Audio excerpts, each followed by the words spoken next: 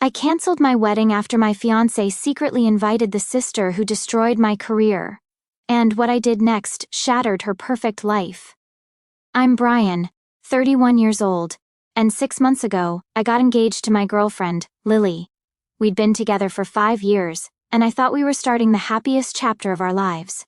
The wedding was planned for next month, but recent events have made me realize just how wrong I was about everything. To understand how it got to this point, you need some context. I have a younger sister, Sarah. She's 28. I haven't spoken to her in over 9 years, and there are good reasons for that. Growing up, Sarah and I just couldn't get along. Our parents tried to force us into some ideal sibling relationship, but all we ever did was clash. Sarah was relentlessly competitive, constantly trying to outdo me in every possible way. I still remember the moment that set the tone for everything. I was 10, and Sarah was 7. I had just won a spelling bee at school, and our parents took us out for ice cream to celebrate. Instead of being happy for me, Sarah had a full-blown meltdown right there in the ice cream shop. She screamed that it wasn't fair and that she could spell better than I could. She demanded that our parents quiz her right then and there, making the entire situation painfully awkward and humiliating. That was just the beginning. As we grew older, her behavior became more insidious. If I got an A on a test, she'd obsessively study until she got an A too. When I was 12, I won a local art competition, and our parents took us out for dinner to celebrate. Instead of being happy for me, Sarah threw a tantrum in the restaurant, screaming that she could draw better. She demanded to show everyone her sketches right then and there, turning what should have been a joyful moment into a scene. That's just one example. This behavior defined our childhood. If I joined the basketball team, suddenly she was all about basketball. When I showed an interest in a girl during high school, Sarah would go out of her way to become her best friend or casually flirt with her. It was maddening. My home, which should have been my sanctuary, felt more like a constant competition. Our parents tried everything to help us find common ground. They even enrolled us in family therapy when I was 16 and Sarah was 13, but she refused to engage. She'd sit there, arms crossed, barely saying a word while the therapist tried unsuccessfully to draw her out. Eventually, the therapist told my parents that unless Sarah was willing to cooperate, there wasn't much else they could do. Things escalated to a breaking point when we were both in our early 20s. I had just graduated college and landed my dream job at a prestigious marketing firm. It was the kind of position I had worked tirelessly for. Great pay, fantastic benefits, and the chance to work on campaigns that could shape the industry. I felt like my years of hard work had finally paid off. Meanwhile, Sarah was still in college, floundering to find her footing. She had changed majors at least 4 times and was on the brink of academic probation, struggling to keep up with deadlines and direction. When I shared the news of my job offer at a family dinner, I expected at least a polite congratulation. Instead, Sarah erupted. Her face twisted with rage, and she started yelling at me, accusing me of being a show-off and always stealing the spotlight. "Why do you always have to be the golden child?" she spat.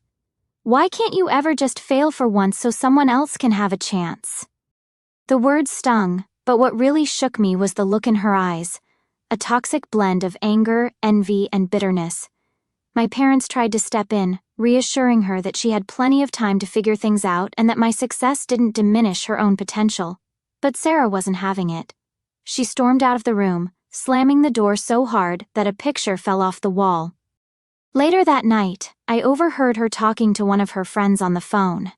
She was saying things like, "He's not going to keep rubbing this in my face, and I'll make sure he's knocked down a peg or two."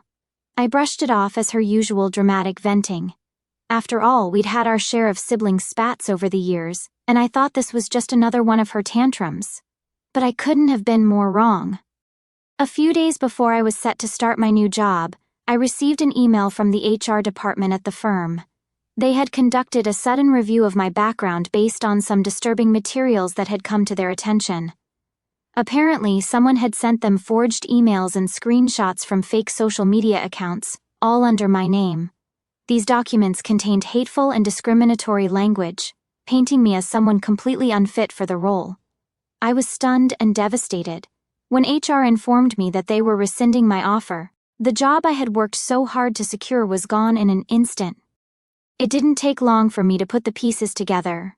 Sarah was the only person who knew enough about me to fabricate such personal, damaging content. When I confronted her, she played innocent at first, shrugging off my accusations with an icy smile. But when I pressed harder, her facade cracked. "Maybe you deserve to know what it feels like for once," she finally said, her voice trembling with anger. "You've always been the favorite, the one everyone admires. It's about time you got a taste of failure." Her words left me speechless. My own sister had deliberately sabotaged my future out of jealousy and spite. It wasn't just a betrayal, it was a declaration of war. But then she broke down and admitted everything. She'd made the fake accounts, forged the emails, and destroyed my reputation, all because she wanted me to fail at something. There was a twisted pride in her voice, as if she'd finally won some warped competition. I was crushed. This was beyond sibling rivalry. This was a deliberate act of sabotage by my own flesh and blood. I told her I never wanted to see or speak to her again and walked out of the house. That day, I crashed on a friend's couch while I tried to figure out how to pick up the pieces of my life. In the years that followed, I cut all contact with Sarah. My parents still saw her occasionally, but they knew better than to bring her up around me. Rebuilding my career was an uphill battle. I had to start with a lower-paying job and claw my way back up, but I eventually made it. Now, I have a great job, supportive friends, and until recently, I had Lily. When I met Lily 5 years ago, it felt like everything was finally falling into place. She was kind, funny, and understanding. On our 4th date, I told her everything about Sarah. She listened and sympathized, saying that family relationships could be complicated and that she respected my decision to cut ties. I made one thing crystal clear: Sarah was not to be a part of my life, especially not at my wedding date. At first, Lily seemed to understand. But as we got deeper into planning the wedding, things started to shift. She kept bringing up Sarah, suggesting that maybe it was time to forgive and forget. Every time I shut her down. The thought of seeing Sarah again made my stomach turn. This was supposed to be the happiest day of my life, and having Sarah there would turn it into a nightmare. Lily would drop the subject for a while, but I could tell she wasn't happy. It all came to a head last week when we were finalizing the guest list. Lily brought up Sarah again, and this time she refused to back down. I remember the exact moment things unraveled. We were sitting in the living room, the guest list spread out on the coffee table between us. I was already exhausted from a long day at work, and the last thing I wanted was to rehash the same argument we'd been circling for weeks. But Lily was determined. "Brian, I really think you should reconsider inviting Sarah," she said, her voice soft, as if she were trying to ease me into it. "She's your sister. Don't you think it's time to forgive and move on?" I clenched my jaw. This wasn't the first time she'd said those words, but for some reason, they hit me harder this time. Maybe it was the way she looked at me, her eyes full of hope and concern, or maybe it was the weariness I felt from constantly shutting her down. Either way, the words landed differently that night. "Lily, we've talked about this. It's not happening.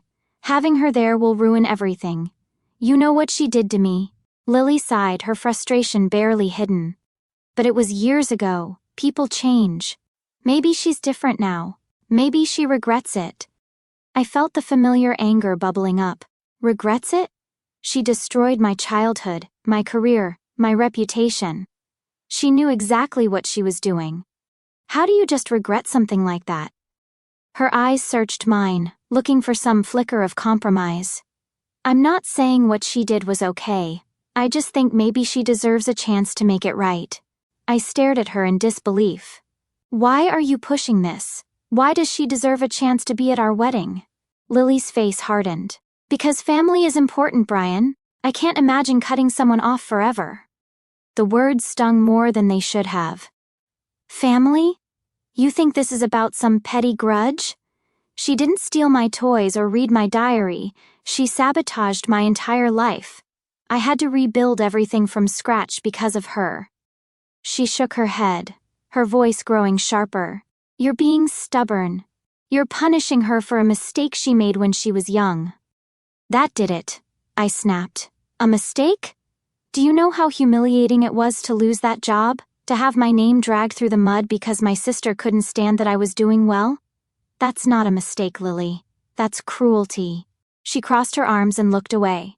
Maybe she's grown. Maybe she wants to apologize. And maybe I don't care, I shot back. She made her choices, and I made mine. I told you this was a boundary for me. If you can't respect that, then maybe we shouldn't be getting married. Lily's eyes widened in shock. I could see the hurt spread across her face like a shadow. You're seriously saying that over this? She said. Yes, I replied. Because it's not just this. It's about trust. You're supposed to be on my side, Lily. You knew how much this meant to me, and you're still trying to push me. We sat there in silence, the weight of my words hanging in the air. I could feel my heart pounding, every beat a painful reminder of how far we'd fallen from the happy couple we were just months ago. Lily whispered, I thought you'd understand. I thought love meant forgiveness. I shook my head, my voice barely audible. Love also means respect, and I can't respect someone who won't respect my boundaries. She didn't say anything after that. She just sat there, her eyes glossy with unshed tears. After what felt like an eternity, she stood up and walked out of the room. I sat there alone, staring at the guest list, the names blurring together as my vision grew misty. The next day, things were tense. Lily barely spoke to me, and when she did, it was with clipped, polite sentences. I couldn't stand it. This cold, distant version of her was worse than any shouting match. It felt like a wall had gone up between us, and neither of us knew how to tear it down. I kept telling myself it would blow over. We loved each other. We'd been through so much together. Surely this was just a rough patch. But deep down, I knew something had shifted. Trust had been cracked, and once that happens, it's hard to glue the pieces back together. A week later, everything exploded. I was coming home late from work, exhausted and drained. I walked through the door and immediately noticed Lily sitting at the dining table. Her face was pale, her hands trembling, and the tension in the air was suffocating. Something was wrong. What's going on? I asked cautiously. She took a shaky breath and looked up at me, guilt etched across her face. Brian, I need to tell you something, she said, her voice trembling.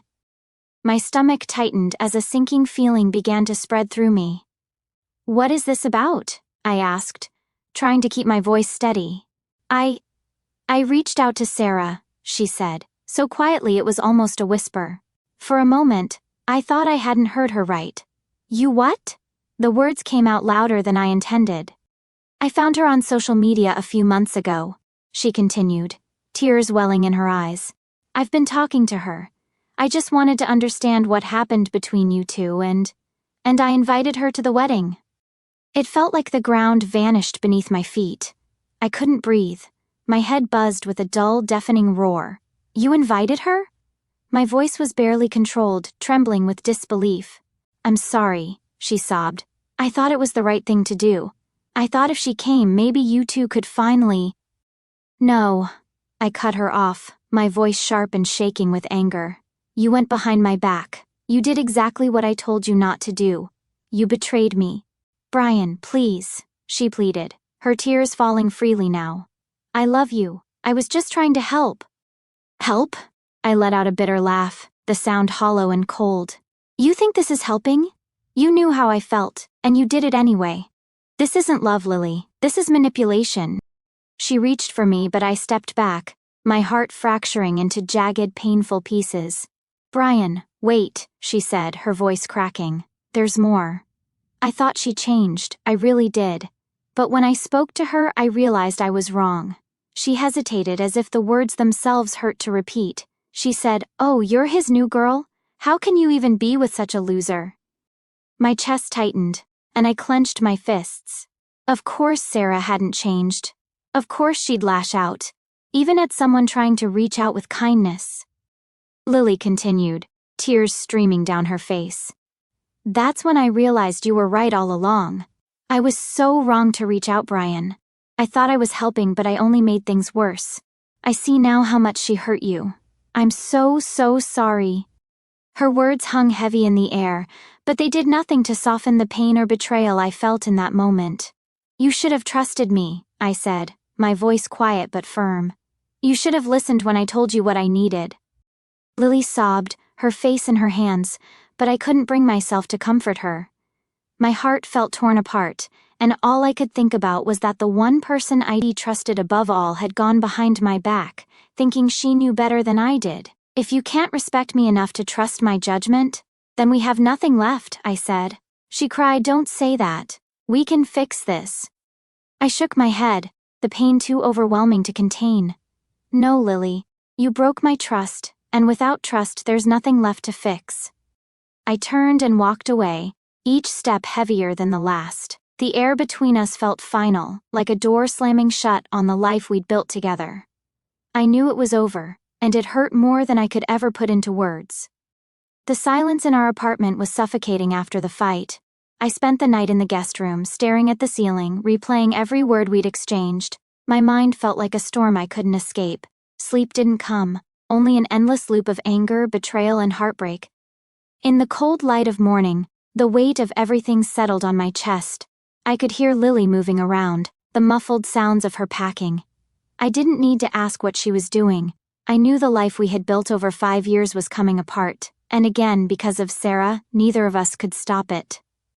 When she finally walked out of the room, her suitcase in hand, our eyes met.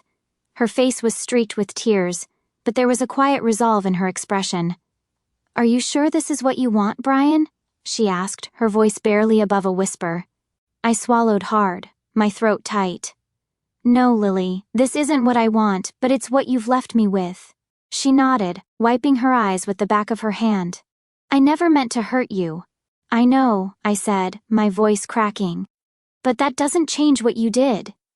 We stood there for a moment, the air between us heavy with everything left unsaid. Then she turned and walked out the door. The sound of it closing behind her was a finality I wasn't ready for. I sank onto the couch, the emptiness of the apartment pressing in on me. It felt like the walls were closing in, the silence deafening in its finality. The next few days were a blur. I called off the wedding, officially canceling the venue, the caterers, and the florist. Each call felt like another stab to the heart, like I was dismantling a dream piece by piece. The reactions were mixed. My friends tried to be supportive, though some of them clearly didn't understand. Lily's family, on the other hand, made no effort to hide their anger. Her mother called me a heartless monster, accusing me of throwing away a perfect relationship over petty sibling drama. Her brother, who I used to be close with, sent me a long, bitter text, telling me I was making the biggest mistake of my life. I stared at the screen, feeling numb. They didn't know the full story. They didn't understand how deep the hurt went. In the middle of all this, my own family decided to weigh in. My parents called me relentlessly, leaving voicemails that ranged from pleading to guilt-tripping. My mother's voice was shaky and tearful. "Brian, please, this could be a chance to heal the family. Don't let this tear everything apart." But it wasn't me who had torn everything apart. It was Sarah, and now Lily. The people who were supposed to protect me and stand by me had crossed lines I couldn't forgive. One evening, after a long day at work, I came home to an email from Sarah. I almost deleted it without reading, but curiosity got the better of me. The subject line simply said, "I'm sorry." The email was long, filled with apologies and explanations. She wrote about how she'd spent years in therapy, trying to understand her jealousy and resentment.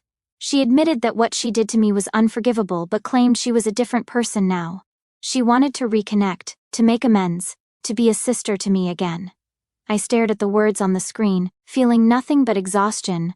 Was I supposed to believe that a few years of therapy could erase the pain she'd caused?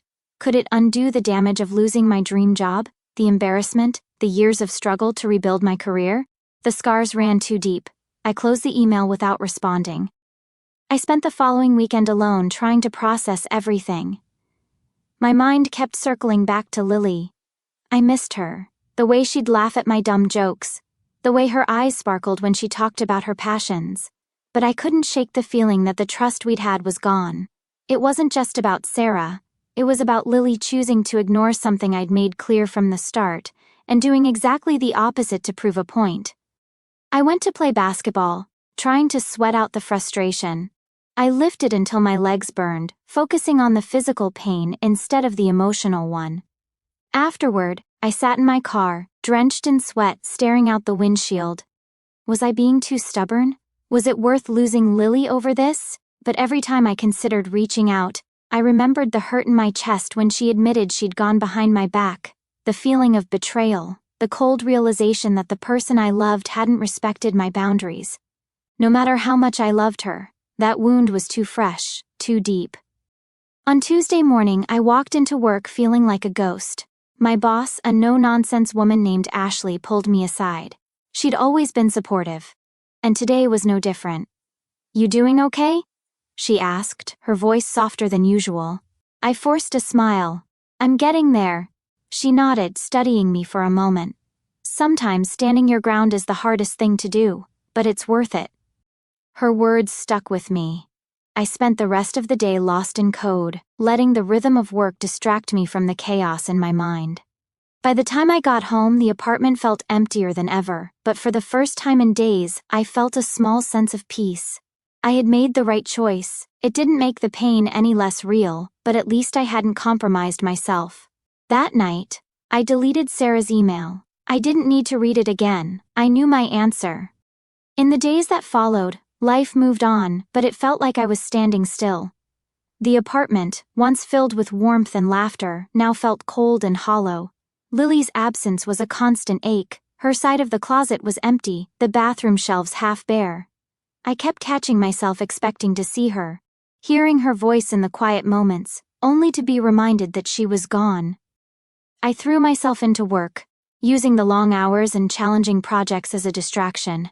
But no matter how busy I kept myself, the weight of everything lingered, the betrayal, the shattered trust, the future that had slipped through my fingers.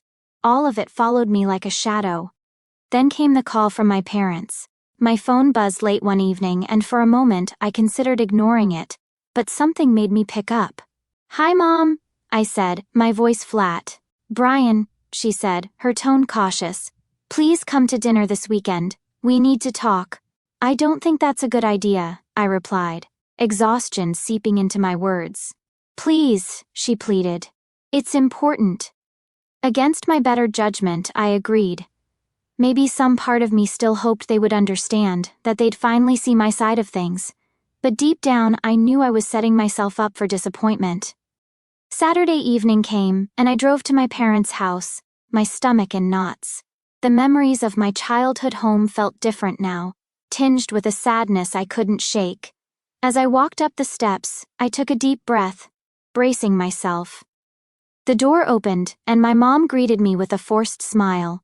"I'm so glad you came," she said softly, pulling me into a hug that felt more like a plea than comfort. I stepped inside and immediately sensed something was off. The air felt heavy, like a storm was about to break. And then I saw her, Sarah, sitting at the dining table. Her eyes met mine, wide with something that almost looked like regret. A cold wave of anger rushed through me. "What is she doing here?" I demanded, my voice shaking. "Brian, please," my dad said, his expression pained. "We just want to help you make peace." "What is wrong with everyone?" "You did this behind my back," I said, the betrayal hitting me like a punch to the gut. "You ambushed me." My mom's eyes filled with tears. "We thought if you two just talked, you could finally heal." I shook my head, my hands clenched into fists. "You don't get it, you never have." "Brian, wait," Sarah spoke up, her voice trembling. "I just want to apologize." Her words fell on me like empty noise. I turned to my parents, bitterness rising in my throat. "You're still trying to fix something that's broken beyond repair. You can't force this." My dad's voice cracked. "We just want our family back." "This is your family now," I said, my voice hard. "Where trust doesn't matter, where betrayal is swept under the rug." I turned toward the door, the weight of finality heavy on my shoulders. "I told you where I stood. If you can't respect that, then I don't know what else to say." I walked out, my heart pounding in my ears. My mom's sobs followed me down the steps, but I didn't look back. The cold night air hit my face, and for the first time in a long time, I felt clear. The lines had been drawn. I didn't cross theirs, and I wouldn't let them cross mine. That night I sat in my car for a long time before driving home. My phone buzzed with texts from my parents, Sarah, even Lily. They probably even told her about this. I ignored them all. I wasn't ready to respond, to explain myself again, to justify my pain. I'd done that enough. When I finally got home, the emptiness of the apartment no longer felt suffocating. Instead, it felt like space I could breathe in. I was tired of holding on to relationships that hurt me, of trying to fit pieces together that no longer matched. I spent the next few days in quiet reflection. I knew I had burned bridges that couldn't be rebuilt, but there was also a strange sense of freedom in it. I wasn't carrying the weight of others' expectations anymore. I wasn't obligated to forgive someone who hadn't earned it. One evening, I decided to meet up with some friends. They'd been worried about me, and I figured it was time to step out of the shadows. We went to a small bar downtown, the kind of place where the music was low and the conversation could flow. As I sipped my drink and listened to their laughter, I realized how much I had isolated myself. The world hadn't ended because my engagement did. Life kept moving, and so could I. Later that night, as we were leaving, my friend Sam clapped me on the shoulder. "You did the right thing, man," he said. "It takes guts to stand up for yourself." I nodded, a small smile forming. For the first time, I believed it. Standing my ground had cost me, but losing myself would have cost more. The next morning, I went for a walk along the beach.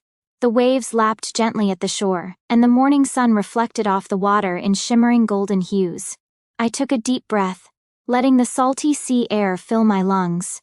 There was still hurt, still loss, but there was also hope. I was finally free to build a life where my boundaries were respected, where I didn't have to compromise my peace for the sake of someone else's idea of family. I didn't know what the future held, but for the first time in a long while, I was okay with that. One step at a time, I would figure it out. The days stretched into weeks, and life settled into a new rhythm. I wasn't the same person I'd been before the breakup, but I was starting to feel more grounded. There was a strange peace in the quiet, in the simplicity of focusing on myself. It felt like I was slowly rebuilding the foundations of my life, not for anyone else, just for me. I spent more time with friends, people who accepted me for who I was. We explored hidden trails through the coastal cliffs, sat around bonfires on cool evenings, and shared stories that reminded me what real connection felt like. These friendships were honest, untainted by expectations or betrayal. They gave me the strength to keep moving forward. At work, things were steady. I threw myself into projects, taking on challenges that pushed me to grow. My boss, Denise, noticed the change in me. One day she pulled me aside after a meeting. "You've been doing great, Brian," she said, a smile on her face. "I can see the focus in you. Keep it up." I nodded, feeling a spark of pride. Her words reminded me that despite everything, I was still capable, still driven. My past hadn't broken me, it had forged me into something stronger. One weekend I decided to clear out the apartment. It was time to let go of the things that tied me to what used to be. As I went through the drawers and closets, I found remnants of my relationship with Lily, a stray earring, an old movie ticket stub, a half-written grocery list in her handwriting. Each item carried a memory, a flicker of what we had, but instead of drowning in nostalgia, I let each one go. I placed them in a box, sealed it, and set it aside. Letting go didn't mean forgetting. It meant choosing to move forward without the weight of what could have been. The apartment felt different, cleaner, lighter. It was finally my space. I rearranged the furniture, added a few plants, and hung up new artwork. These small changes made a big difference. The space felt like a reflection of who I was now, not who I used to be. One evening, as I cooked dinner, a new hobby I was slowly getting better at, my phone buzzed. It was a text from my mom. "We miss you. Please talk to us when you're ready." I stared at the message for a long time. The hurt from the dinner ambush still lingered, but I also knew my parents weren't bad people. They just didn't understand the depth of my pain, the boundaries I needed to protect myself. I didn't reply right away. I needed more time, and that was okay. Healing didn't have to be rushed. A few weeks later, I was at a rooftop party in downtown Austin when I met someone new. Her name was Emily. She had an easy smile and a way of making conversation feel effortless.